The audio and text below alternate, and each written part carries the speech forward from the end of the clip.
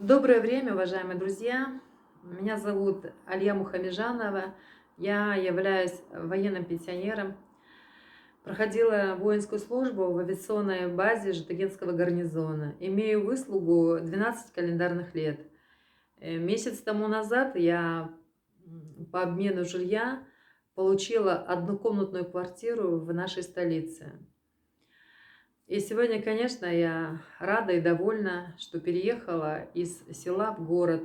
Городскую жизнь, естественно, не сравнить с сельской. А также я благодарна, что в нашем государстве есть такое законодательство для нас, военных пенсионеров, которое дает нам возможность обменять жилье с последующим выкупом и приватизацией. Ну и не хочется лукавить, дорогие мои пенсионеры, сослуживцы. Естественно, как и всем, присутствует страх, где я буду брать остаточную себестоимость.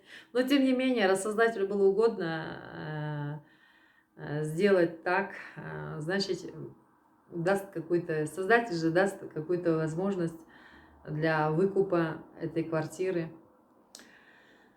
В общем, всем желаю здоровья, определиться и быть своим собственным жильем. Спасибо за внимание.